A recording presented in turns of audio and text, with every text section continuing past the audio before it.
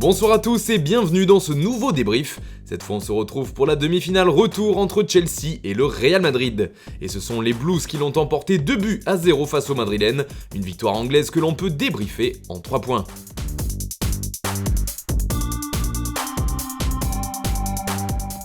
Premier constat, Chelsea se qualifie pour la finale de cette Ligue des Champions qui aura lieu à Istanbul le 29 mai prochain.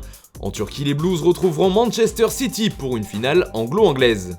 Une qualification méritée pour les hommes de Thomas Tuchel qui avaient plutôt dominé la rencontre à l'aller et qui ont fait de même ce mercredi.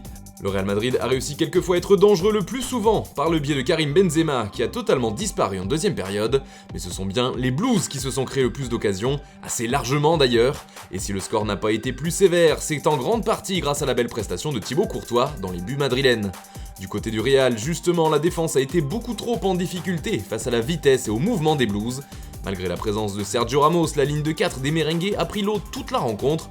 Le capitaine aura été à l'image de sa défense, pas au niveau. Difficile donc de s'en sortir pour l'équipe de Zinedine Zidane. Enfin, dernier point à retenir, la présence de Thomas Tuchel en finale de cette Ligue des Champions, lui qui avait commencé la saison sur le banc du Paris Saint-Germain. Remercié pendant les fêtes de fin d'année, il a vite retrouvé du service à Chelsea.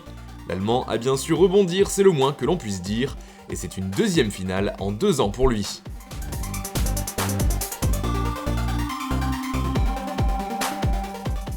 On aurait pu choisir les nombreuses parades d'Edouard Mendy, mais nous avons préféré mettre en avant l'ouverture du score par Timo Werner.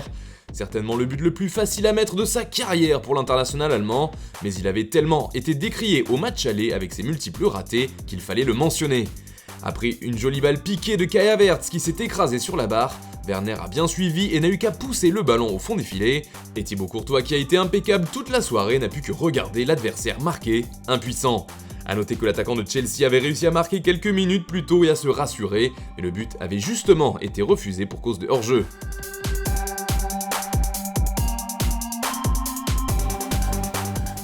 La présence d'Eden Hazard était certainement l'une des surprises du match. Entré en jeu à l'aller, il était bien titulaire ce mercredi face à Chelsea, et le choix de Zinedine Zidane ne s'est pas vraiment avéré payant.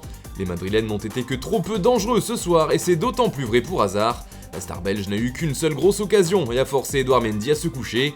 Dans le jeu comme devant le but, il aura été transparent, et malgré les changements offensifs de Zidane en deuxième mi-temps, le Real n'aura pas été beaucoup plus dangereux.